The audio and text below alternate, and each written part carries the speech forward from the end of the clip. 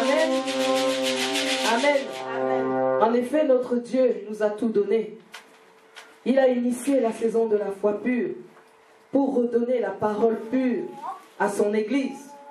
Et comme on l'a dit souvent, il ne s'agit pas d'une nouvelle foi, car la foi a été donnée une fois pour toutes. Amen. Et à l'occasion des 8 ans de la saison de la foi pure, notre Dieu est Père. Il nous a mis à cœur un message sur le livre retrouvé. Le Seigneur voulait nous faire permettre de réaliser que le temps de la guérison de l'Église est arrivé. Et c'est à partir du passage de 2 Rois 22, où le roi Josias avait eu à cœur de réparer le temple de Dieu et mettait tout en place pour cette réparation, que le livre de la loi a été retrouvé. Donc on va lire 2 Rois 22, verset 8. Alors Ilkija, le souverain sacrificateur, dit à Shaphan, le secrétaire, « J'ai trouvé le livre de la loi dans la maison de l'Éternel. » Et Ilkija donna le livre à Shaphan, et Shaphan le lut. On voit que Josias est devenu roi à 8 ans. Et son nom signifie en réalité « l'Éternel guérit ». Mais l'Éternel guérit de quoi? De l'idolâtrie. Et comment est-ce que nous savons que l'Éternel guérit de l'idolâtrie? C'est l'action posée par Josias après que le livre de la loi ait été retrouvé qui nous révèle quel est le type de maladie et aussi quelle est la solution que Dieu met en place pour la guérison de l'Église. Nous avons vu dans la parole que Josias a particulièrement lutté contre l'idolâtrie. Ce qui nous amène donc à comprendre que la maladie dont souffrait l'Église de l'Ancien Testament, c'était l'idolâtrie. Et Dieu apporte toujours la solution quand son peuple se détourne de lui. Et il donne toujours l'opportunité à l'homme, après avoir été illuminé, de choisir. Car personne n'ira vivre avec Dieu s'il n'a choisi. Donc nous saisissons que toute l'Église globale est donc malade à cause de l'idolâtrie. Et cette Église globale, maintenant, l'Église globale va maintenant guérir de ce grand fléau qui est l'idolâtrie. Frères et sœurs, nous devons savoir que l'idolâtrie, c'est une maladie spirituelle. Et pour guérir d'une maladie spirituelle, il faut la voir. Donc Dieu vient attirer l'attention de l'Église qui est pauvre, aveugle et nue, selon ce passage d'Apocalypse 3, verset 17, pour qu'elle comprenne qu'il va lui donner le collier de l'illumination, il va la vêtir et la faire sortir de l'idolâtrie. Josias est donc devenu roi de Juda. C'était dans un environnement où l'Église était vraiment dans une profonde idolâtrie qui avait été laissée par la plupart de ses prédécesseurs. Et Josias a décidé en son cœur qu'il va marcher dans l'obéissance comme David, qui est l'homme selon le cœur de Dieu. Donc, nous pouvons dire que la saison de la foi pure, qui est aussi une saison de guérison de l'Église globale, elle est née dans un environnement où toute l'Église est profondément dans l'idolâtrie. L'Église de notre temps vit un problème similaire à celui du temps de Josias. L'idolâtrie sévit dans l'Église globale, mais Dieu apporte la solution par le concept du livre retrouvé. Amen. Mais qu'est-ce que le livre retrouvé? En réalité, si on parle d'un livre retrouvé, ça veut dire que ce livre était perdu. Mais où est-ce qu'il était perdu? Comment? Si Dieu vient nous dire que le livre, qui est le symbole de la parole de Dieu, est perdu dans l'Église, mais qu'est-ce que nous devons comprendre? Est-ce que ça signifie que les gens ne connaissent pas la parole? Non. Il y a des grands prédicateurs de la parole, selon les hommes, dans l'Église. Nous n'avons qu'à rester, même chez nous, et aller sur Internet. On va trouver la parole. On peut même aller dans des communautés. On va trouver qu'on prêche la parole dans ces communautés-là. L'Église regorge de savants, de docteurs, de prédicateurs, de prophètes. Et nous pouvons même rester chez nous, dans des cellules de maison, et on peut avoir la parole, l'entendre partout. Partout on prêche la Bible, qui est la parole de Dieu. Mais malgré toute cette panoplie de paroles et toutes ces possibilités, Dieu nous dit que le livre est perdu dans l'église et qu'il le redonne. Mais qu'est-ce que ça signifie? Pour comprendre comment le livre est retrouvé, il faut d'abord que nous comprenions comment il est perdu. Et frères et sœurs, nous devons savoir, nous souvenir que c'est la parole de Dieu qui sauve. Cette parole, c'est Jésus-Christ. Et la parole nous dit qu'il est le même hier, aujourd'hui et éternellement. On peut le lire dans Hébreux 13 au verset 8. Jésus-Christ est le même hier, aujourd'hui et éternellement. Amen. Donc en réalité, le concept du livre perdu selon la pensée de Dieu signifie qu'il ne trouve plus sa parole dans les cœurs. Amen. Dieu dit que le concept du livre retrouvé, ou qui va retrouver, mais le concept du livre perdu, c'est que Dieu ne trouve plus sa parole dans les cœurs. Lorsque Dieu regarde le cœur de ses enfants, il ne voit pas la parole. Lorsque Dieu regarde le cœur de ses serviteurs, il ne voit pas la parole. Par contre, le livre retrouvé signifie que notre Dieu redonne en ce temps la possibilité à tout chrétien, à tout responsable dans une église, à tout serviteur de Dieu d'entretenir depuis son cœur une relation avec la parole. Pourquoi? Parce que l'endroit où Dieu vérifie d'abord, quel que ce soit ce que nous pouvons faire, quel que soit ce que nous pouvons voir ou même vivre en Christ, c'est le cœur. L'endroit que Dieu va d'abord vérifier, quelles que soient les actions que nous menons, c'est le cœur de l'homme. Donc l'endroit qui importe à Dieu, c'est notre cœur. Si nous réussissons selon nous, nous avons réussi. Nous pensons selon nos cœurs d'hommes, nos pensées d'hommes, que nous avons réussi. Et que Dieu ne voit pas sa parole dans nos cœurs, pour lui le livre est perdu. Mais si dans le cœur, il y a une mise en pratique de la parole, et que selon nous, nous pensons que nous n'avons rien, Dieu va dire que le livre est retrouvé. Et lui qui pourvoit au-delà de toute espérance, selon son bon vouloir, il pourvoira à nos besoins. Donc notre Dieu est Père par notre Seigneur Jésus-Christ. Il accomplit toutes choses par sa parole puissante. Et les problèmes de l'Église de notre temps ont leur solution dans la parole vivante de Jésus-Christ. Il s'agit de la parole qui donne la vie. Cette parole donne la vie et elle prend vie dans nos cœurs par la foi véritable. Jésus-Christ lui-même, il pouvait dire dans Jean 6, 63 que mes paroles sont esprit et vie. On va le lire. L'esprit qui vivifie, la chair ne sert de rien. Les paroles que je vous ai dites sont esprit et vie. Donc la parole, la vie de Dieu doit siéger dans nos cœurs par la foi. Et quel est le gros problème de l'Église?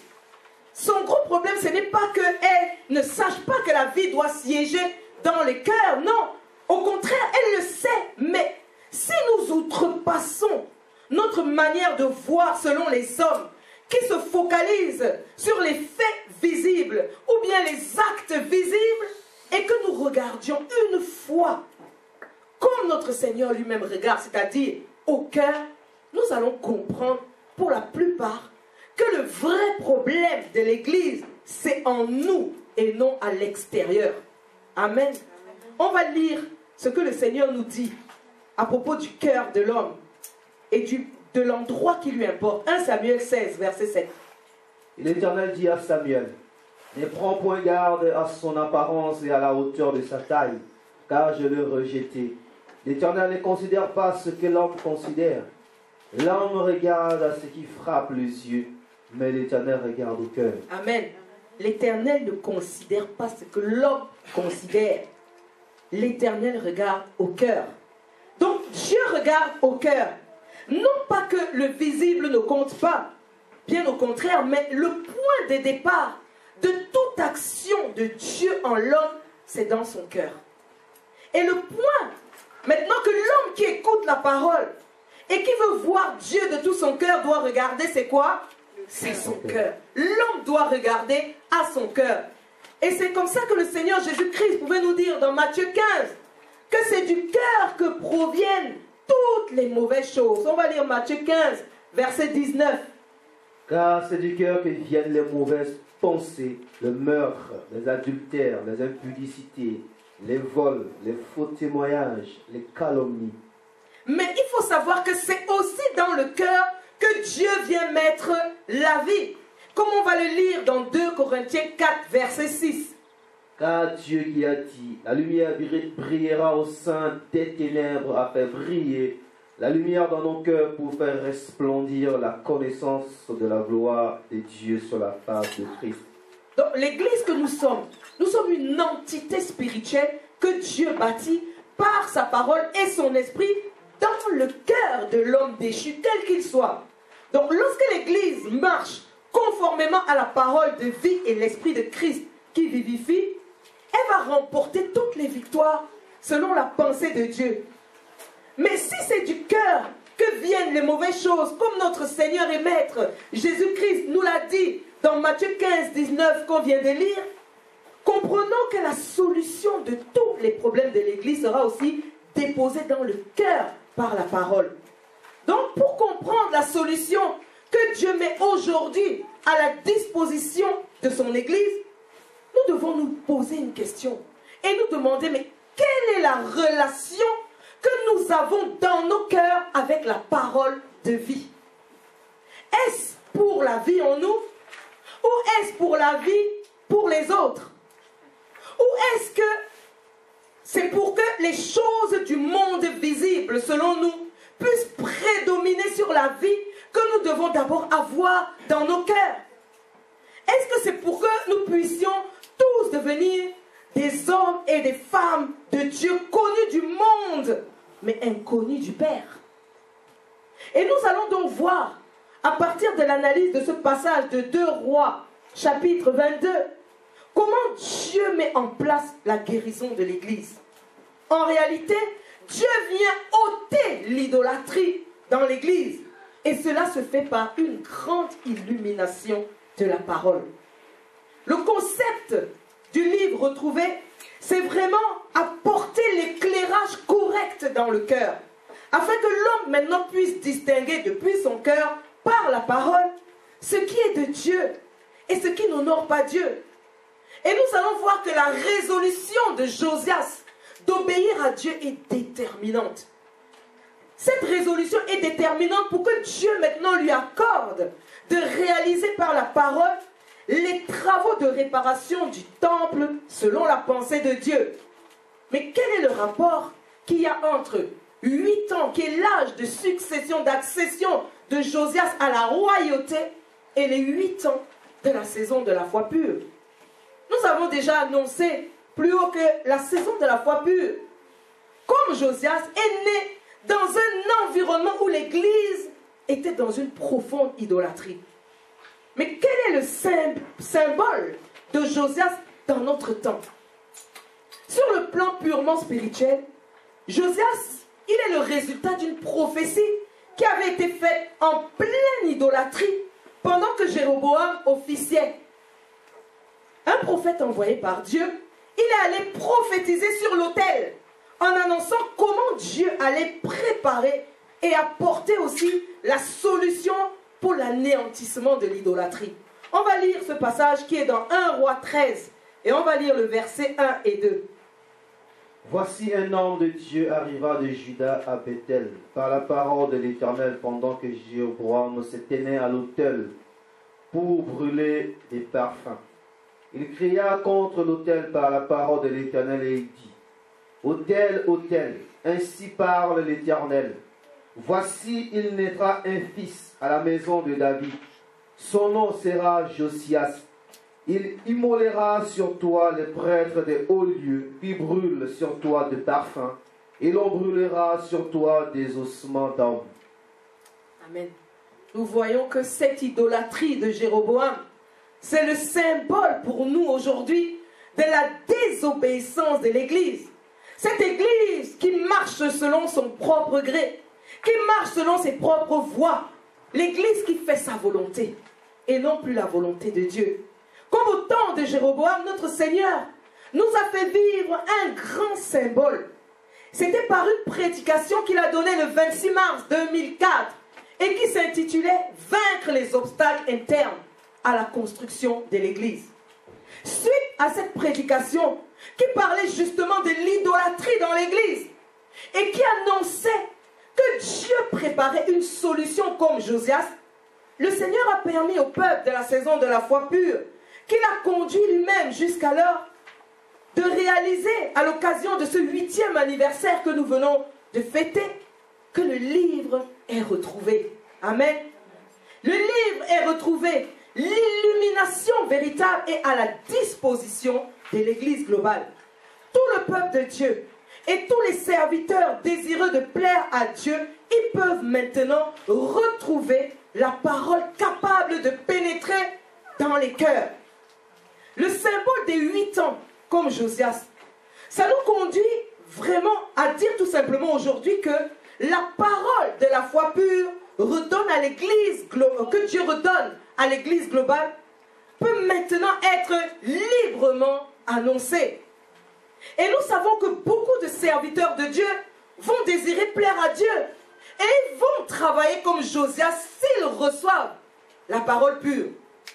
Et nous allons maintenant voir étape par étape comment ce roi va marcher et procéder jusqu'à l'étape du livre retrouvé. Et ça va permettre que Josias, le fait de retrouver le livre va permettre que Josias, qui avait à cœur la réparation du temple, puisse faire maintenant une réparation spirituelle. Premièrement, nous allons voir l'obéissance du roi Josias. On va lire 2 Rois 22, toujours le même texte, 1 et 2. Josias avait 8 ans lorsqu'il devint roi. Il régna 31 ans à Jérusalem. Sa mère s'appelait Jédida, fils d'Adajia de Botsakan. Il fit ce qui est droit aux yeux de l'Éternel. Il marcha dans toute la voie de David, son père. Il ne s'en détourna ni à droite ni à gauche. Nous pouvons voir ici que le roi marche dans l'obéissance lui-même de tout son cœur comme David. En réalité, ici, on cite David comme son père. Mais David n'est pas son père naturel.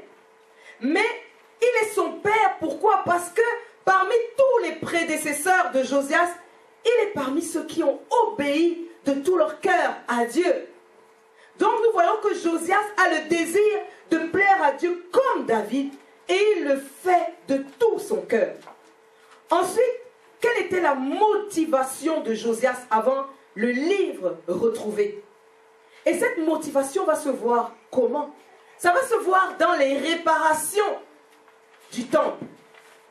Nous pouvons voir, toujours à la lecture de ce texte de 2 Rois 22, que le temple avait grand besoin de réparation. Car le désir du cœur de Josias était réellement de voir une restauration du temple. Qu'est-ce qu'il va faire? Il va entreprendre de mettre à la disposition de tous ceux qui sont employés ce qu'il peut donner comme argent, qui est le symbole du matériel pour réparer le temple. Qu'est-ce qu'on voit ici? Le désir du roi.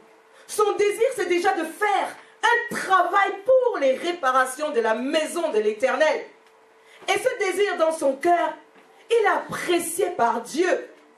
Et Josias va s'employer à le faire dans la limite de ce qu'un homme peut faire. Mais c'est Dieu lui-même, voyant cette motivation dans le cœur de Josias, il va lui donner l'outil de réparation spirituelle qui est la parole. Nous allons lire 2 Rois 22, versets 3 et 4. La 18e année du roi Josias, le roi envoya dans la maison de l'Éternel Shaphan le secrétaire, fils d'Atsalia, fils de Meshulam. Il lui dit, monte vers Ilkija, le souverain sacrificateur, et qu'il amasse l'argent qui a été apporté dans la maison de l'Éternel, et que ceux qui ont la garde du seuil ont recueilli du peuple. Ici, nous remarquons une chose, c'est que l'argent qu'on apporte dans la maison va servir pour les travaux de réparation du temple. Posons nous-mêmes, frères et sœurs, la question, sur l'argent que beaucoup de serviteurs demandent aujourd'hui dans des églises. Certains sont même devenus des ennemis et ne se parlent plus. Pourquoi? À cause de l'argent qui a été récolté pendant, par exemple, une campagne d'évangélisation. Pour ne citer que cet exemple. Mais Dieu, par la saison de la foi pure, il vient pour donner l'illumination correcte à tous les cœurs désireux de voir l'œuvre de Dieu être bâtie. Amen. On va lire le verset 5 à 7.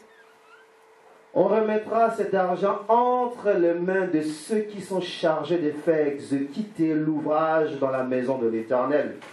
Et ils l'emploieront pour ceux qui travaillent aux réparations de la maison de l'Éternel, pour le champatier, le manœuvre et le maçon, pour les achats de bois et des pierres de taille nécessaires aux réparations de la maison. Mais on ne leur demandera pas de compte pour l'argent remis entre leurs mains, car ils agissent avec probité. Ici, nous voyons que le roi Josias, il fait tout pour donner le pouvoir et la liberté d'action à ceux qui font le travail. C'est un désir poussé de l'homme à agir pour Dieu. Un désir poussé de l'homme de voir la maison de l'Éternel être construite correctement, selon le désir du cœur. Et le roi Josias accorde vraiment une grande confiance à ceux qui travaillent. On l'a lu dans le verset 7. Il n'y a pas de suspicion. Il est lui-même de tout cœur pour Dieu. Et il pense de même pour ceux qui travaillent. Donc comme David, on voit que Josias est prêt à tout faire pour que l'église soit réparée. Mais maintenant, nous pouvons dire que plusieurs dans l'église globale ont ce désir. Plusieurs des pasteurs et des serviteurs ont cette volonté. Mais une question que chacun qui reconnaît donc avoir ce réel désir et cette même motivation de voir l'église se développer ou être réparée. Et ici, quand on dit se développer, on englobe ici tout ce qu'un homme peut désirer de bien pour l'église. Pour l'église donc de Jésus-Christ. On évite le mot croître parce qu'il peut s'agir d'une croissance spirituelle ou d'une croissance matérielle ou d'une croissance numérique ou même une croissance en notoriété. Et on va aussi éviter le mot bâtir. Pourquoi? Parce que le temple ne peut pas être bâti par le matériel, mais c'est par la parole et la puissance du Saint-Esprit.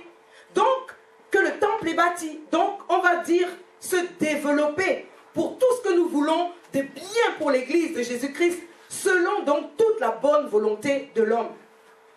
Donc, lorsque Dieu voit le désir du cœur de Josias, c'est-à-dire un désir de réparation, même n'ayant pas la clarté de ce que peut être une réparation dans son sens spirituel ou de ce que une réparation dans son sens spirituel nécessite, Josias, on voit qu'il a manifesté la bonne foi, le désir du cœur semblable à celui de David, un désir élevé de voir la chose de Dieu prendre. Dieu regarde au cœur, comme on l'a dit tout à l'heure. Dieu regarde au cœur et lorsqu'il voit cela, même si matériellement l'homme fait du mieux qu'il peut avec ce qu'il a, c'est Dieu qui va maintenant venir travailler avec le désir du cœur. Il est celui-là qui apporte la solution véritable. Et cette solution n'est pas souvent comme l'homme peut le concevoir. Mais lorsqu'elle arrive dans un cœur qui désire réellement Dieu, ce cœur-là, il va s'arrêter pour analyser la solution de Dieu. Dieu agit lorsqu'il voit la motivation du cœur de l'homme. Le cœur enclenche la provision divine. Et Dieu qui pourvoit, il agit lorsqu'il voit un cœur entièrement à lui. Nous avons l'exemple d'Abraham qui a accepté de donner ce qu'il aimait le plus. Et Dieu a pourvu. On peut le lire dans Genèse 22. Donc la motivation du cœur de l'homme, lorsqu'elle est entière à Dieu, fait descendre la provision divine. Mais nous allons voir que les réparations selon l'homme ont des limites. Parce que même si Dieu tient compte de la motivation du cœur de Josias, nous pouvons voir que toute sa bonne intention est limitée. Mais cette bonne intention, c'est elle, le désir de son cœur qui va permettre à Dieu de donner, d'apporter la providence. Et Dieu va maintenant venir donner le vrai trésor qui va permettre de bâtir le temple. C'est ça le concept du livre retrouvé. Dieu va donner une grande illumination sur la parole. On va continuer la lecture de 2 Rois chapitre 22, du verset 8 au verset 13.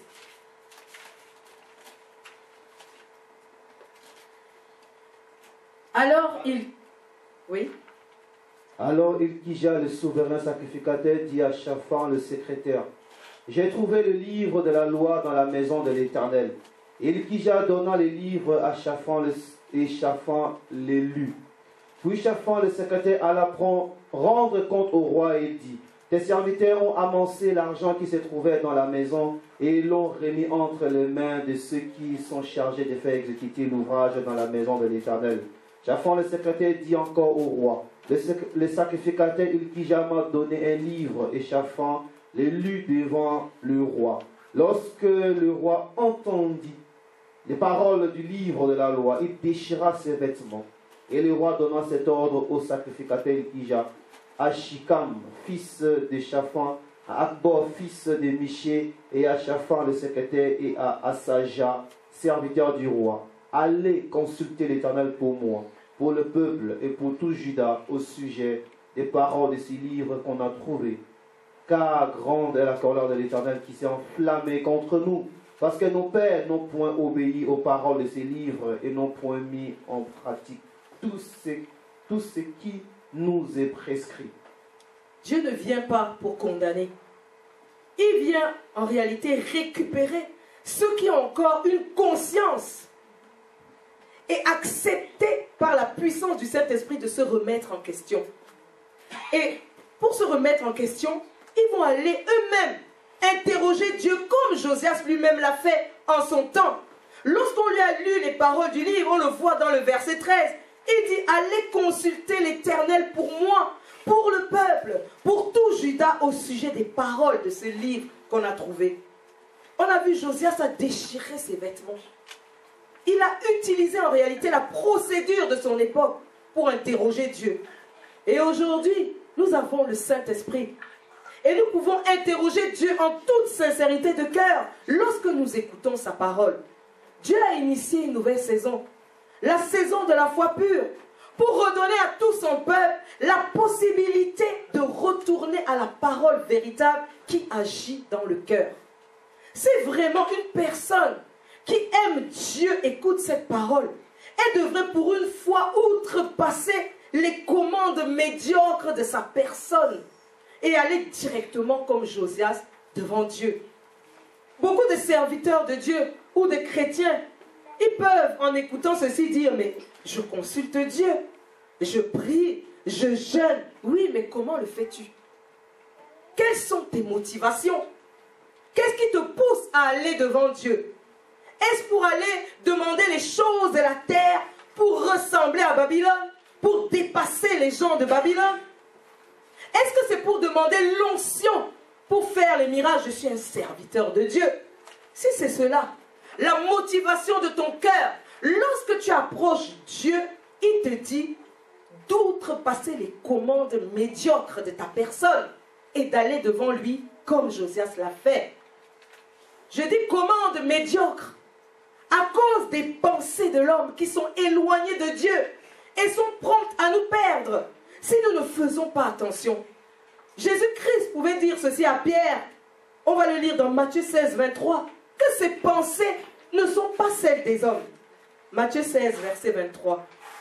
Mais Jésus se retourna et dit à Pierre, « Arrière de moi, Satan, tu me mets en scandale, car tes pensées ne sont pas les pensées de Dieu, mais celles des hommes. » Pierre a compris cela.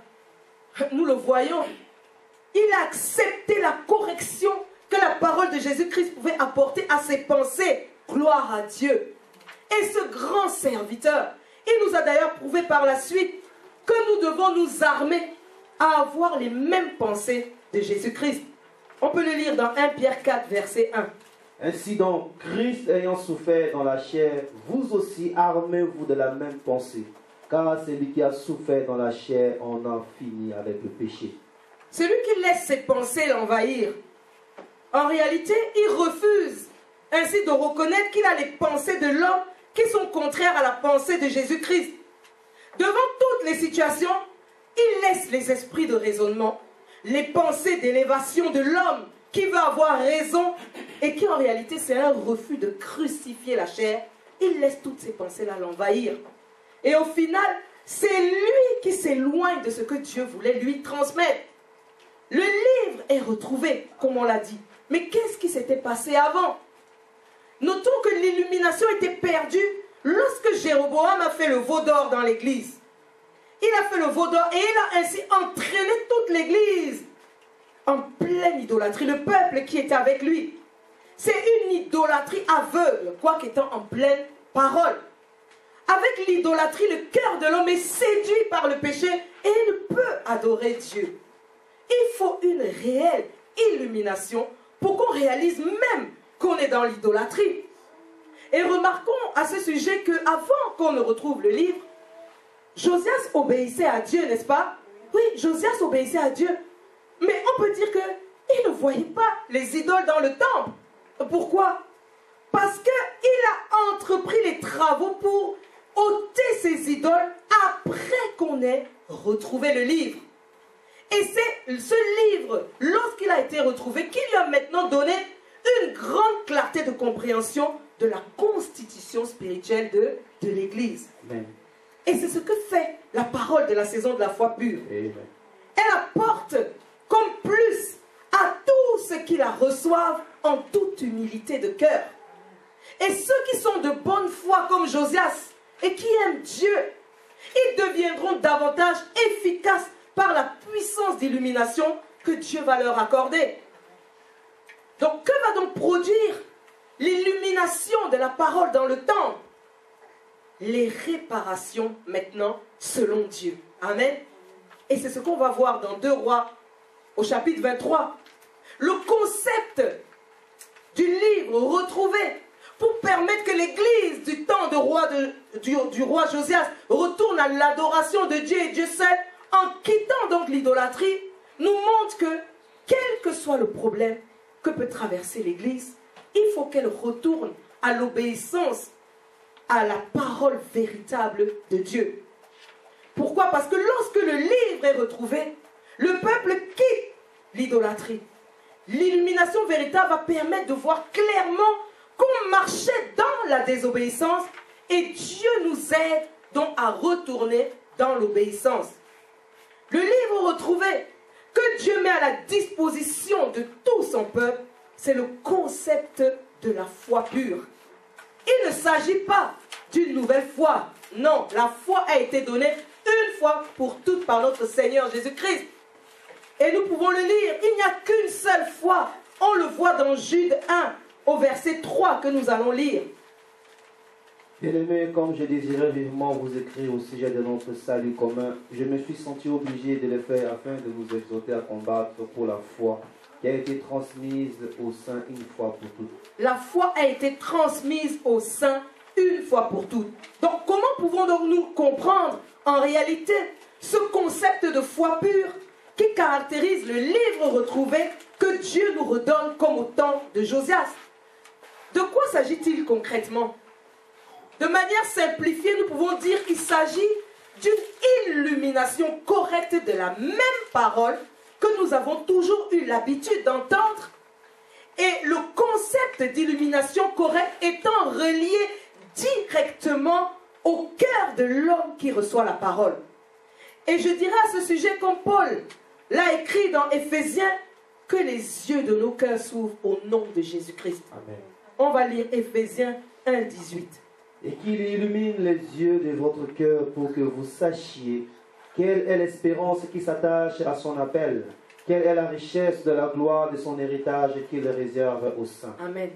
Lorsqu'on voit l'Église dans tout genre de problèmes, il faut comprendre que le livre est perdu. Et cette perte-là s'apprécie dans le cœur. Parce que si on analyse la perte du livre par rapport à ses multiples connaissances, à ses formations, à sa prestance, ou ou sa notoriété, ses désirs et ses projets d'élévation, ou même sa nomination dans l'Église, ses pouvoirs et ses capacités selon soi, on ne peut pas comprendre ce que Dieu veut nous dire. Mais si nous réalisons que les pharisiens même, à leur époque, ils avaient tout aussi dans le visible, mais Jésus-Christ les a qualifiés de race de vipères. Nous pouvons donc comprendre que par la connaissance, on risque d'être enflé d'orgueil et servir le diable sans le savoir. Lorsque la vie de Dieu n'est pas notre préoccupation première. Quel rapport entre 8 ans, l'âge de succession de Josias à la royauté, et les 8 ans de la foi pure? Ce que Dieu avait annoncé en 2004, il l'a accompli. Amen. Amen. Vaincre les obstacles internes à la construction de l'Église. Maintenant, tous ces obstacles sont vaincus. Dieu les a démasqués et ôtés par la puissance de sa parole. Il a redonné le livre. Le peuple de Dieu peut maintenant vaincre.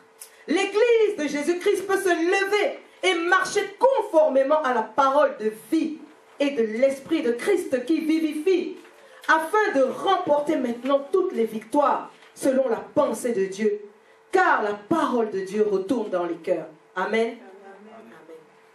On va passer aux questions. Bye.